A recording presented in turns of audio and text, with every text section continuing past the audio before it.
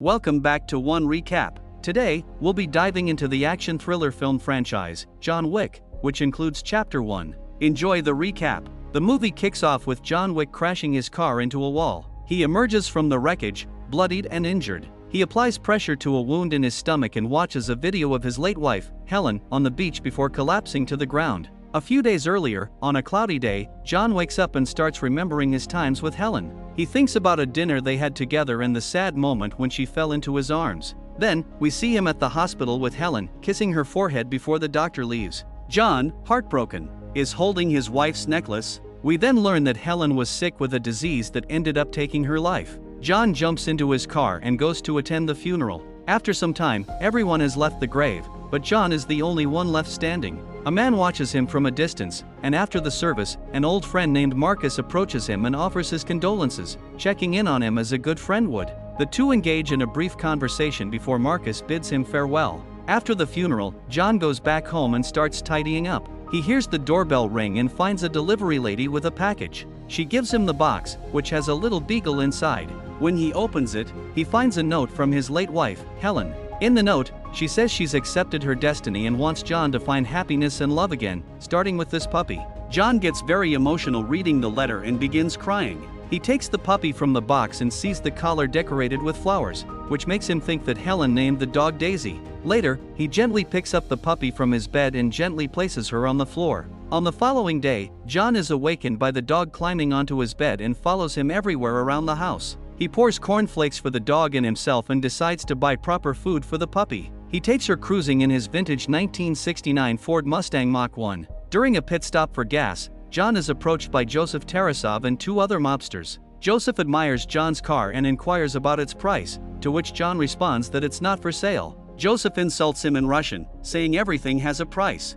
John then says, "Not this one," in fluent Russian, enraging Joseph until one of his companions restrains him, leaving John to drive away carefree. Later in the day, John heads to an abandoned construction site and begins driving his car recklessly, drifting to release his frustration. He goes round and round, narrowly avoiding hitting some trucks before eventually stopping. Later on, he jumps into bed and sleeps. During the night, Daisy needs to go outside to relieve herself, so he takes her downstairs. Two shadowy figures then confront him, and a third person hits him over the head with a bat. As John lies on the ground, the men attack Daisy, and one of them kills her. They demand John's car keys, and after finding them, the man who whacked him takes off his mask, revealing himself to be Joseph. He swears at John and knocks him out cold. After waking up, John finds his lifeless pet and lays beside it. He then proceeds to bury the dog and cleans up the mess in his home, as memories of his wife and the brutal attack from the previous night continue to haunt him. Meanwhile, Joseph drives John's Mustang to Aurelio's store,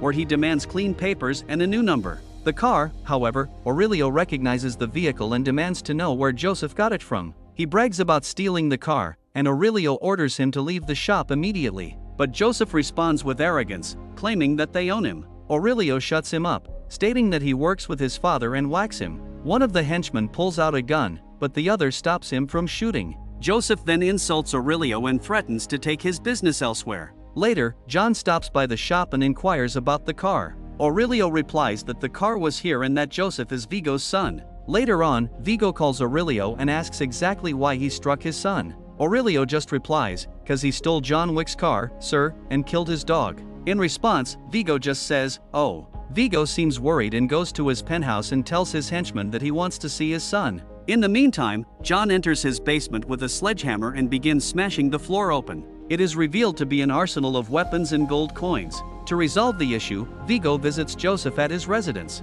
Initially, he compliments him on his stylish jacket, but then he punches him in the stomach to tell him that he messed up. Despite his henchman's request to leave, Vigo insists he stays. He then informs Joseph that John Wick, formerly known as Baba Yaga or the Boogeyman, used to be associated with him until he retired to marry Helen. Vigo recounts an incident where he witnessed John kill 3 men in a bar using only a pencil. He then reveals that when John decided to retire, he was assigned an impossible task that involved executing several high-profile assassinations within a short period. To everyone's surprise, John's somehow instrumental in establishing the Tarasov Empire. Joseph declares that he can handle the situation and complete the task, but Vigo warns him that John will come for him, and he cannot escape his fate. Vigo then attempts to make amends by calling John, but he hangs up, indicating that they are in some big trouble. That night, John gets locked and loaded, knowing that 𝐕𝐞𝐻 has dispatched a squad of assassins to his house. However, they quickly realize their mistake of taking on the boogeyman face to face. John swiftly neutralizes each and every opponent without hesitation or difficulty. He engages in fierce combat with a few assailants before dealing a fatal blow to one of them. It turns out 𝐕𝐞𝐻 sent 12 assassins, but that is no problem at all as John blasts his way through each one of them. After the combat has finished, a police officer arrives at the front door and knocks. John recognizes the officer by name and asks if there has been a noise complaint. The officer confirms and inquires if John has returned back to the game, alluding to the lifeless body visible behind him. John says he's just cleaning up, and the officer simply walks away. To handle the aftermath and dispose of the deceased, John contacts an underworld cleanup crew. It's apparent that they understand this won't be their last time helping him. Meanwhile, 𝐕𝐞𝐻 approaches John's acquaintance Marcus and offers him a lucrative $2 million contract to assassinate John. 𝐕𝐞𝐻 also instructs his assistant, Abby, to advertise the job opening to other interested parties. Marcus gladly accepts the offer. John decides to make his way to the New York Continental Hotel, which exclusively caters to the criminal underworld. All Continental hotels strictly prohibit any assassinations on its premises. Among the familiar faces, John recognizes Perkins and Sharon. He greets his friend and books a room with the currency the assassins use. We are then introduced to the hotel's manager, Winston. When John inquires about Yosef's whereabouts, Winston informs him that Yosef can be found at a nightclub called Red Circle. John immediately makes his way to the club, where Yosef and his friends are enjoying themselves. He then bumps into an old acquaintance of his and suggests that the man take the day off, which he gracefully accepts. Inside the club, Yosef is hanging out in the bathhouse. Suddenly, John appears on the club's lower level, killing one of Yosef's associates. Upon spotting John, Yosef flees for his life. John begins shooting at the remaining hitmen, and even though he manages to take out all of his targets, Yosef seems to have made a lucky escape.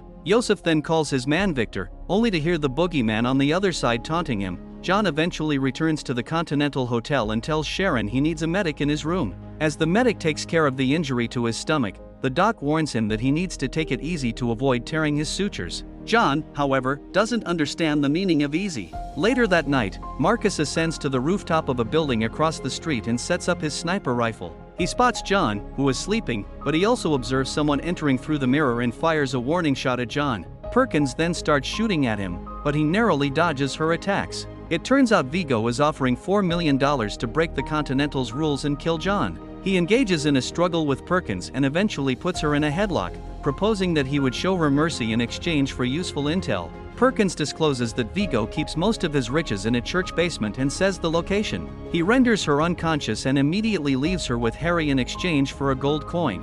Unbeknownst to Harry, Perkins has dislocated her thumb and is slipping away. She manages to escape and beats him in a fight, to which she puts a pillow on his head and shoots through it. John then visits 𝐕𝐞𝐻's hidden stockpile of goodies inside the chapel. He takes out a gun, shoots the priest, and proceeds to kill every man that challenges him. He compels the priest to lead him to the vault or die. He is then taken to the vault room and unlocks the gate. John dismisses the ladies in the vault and sets fire to the entire structure, causing 𝐕𝐞𝐻 to lose his fortune. He goes outside to camp on top of a building next to the chapel. He spots 𝐕𝐞𝐻 and his main crew enter the premises. A firefight ensues with John going toe-to-toe with 𝐕𝐞𝐻's men. He manages to take out most of them until one assailant jumps into an SUV. As John reloads and takes out one more enemy, he is clobbered and lands on the ground. 𝐕𝐞𝐻 takes advantage of this opportunity to apprehend John. Upon waking up, 𝐕𝐞𝐻 questions why he is seeking vengeance over a car and a dog. John reveals that Yosef stole the life of his dog, which was a gift from his late wife, and warns 𝐕𝐞𝐻 that he can either hand over Yosef or die with him.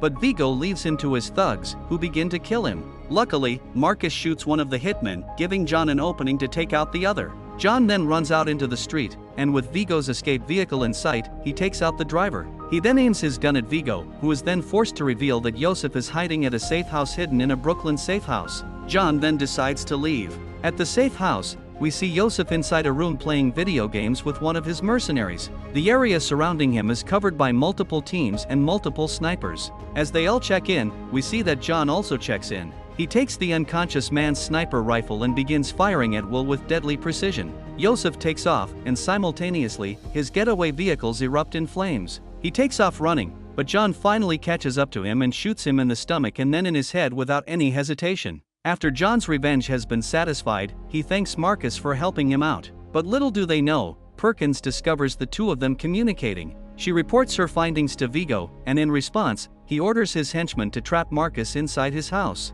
The scene then cuts to Vigo calling John and elaborating that Marcus was subdued for failing to complete his job. As they attack him and are about to finish him, he puts up a last stand and takes out a few men but is fatally shot by Perkins. Vigo then heads to a helicopter that will transport him out of the city. The plan is for John to come to Marcus's house where Perkins will ambush him, but she is summoned to a meeting with Winston, the proprietor of the Continental Hotel. They meet up, and Winston informs her that she has violated the Continental's rules, resulting in the revocation of her membership as well as her life. Upon discovering Marcus's lifeless body, John sets out on a mission to absolutely kill Vigo and everything that he stands for. He punches his car and spots Vigo and his men en route to their helicopter. He tries to ram his car into them. Vigo orders Abby to take out John, but John's vehicle collides with one SUV, making it swerve and go overboard. As they play bumper cars with each other, John pulls an amazing move, which manages to crash Vigo's car into a pole. The Russians then start pouring out of the SUV and shoot at John,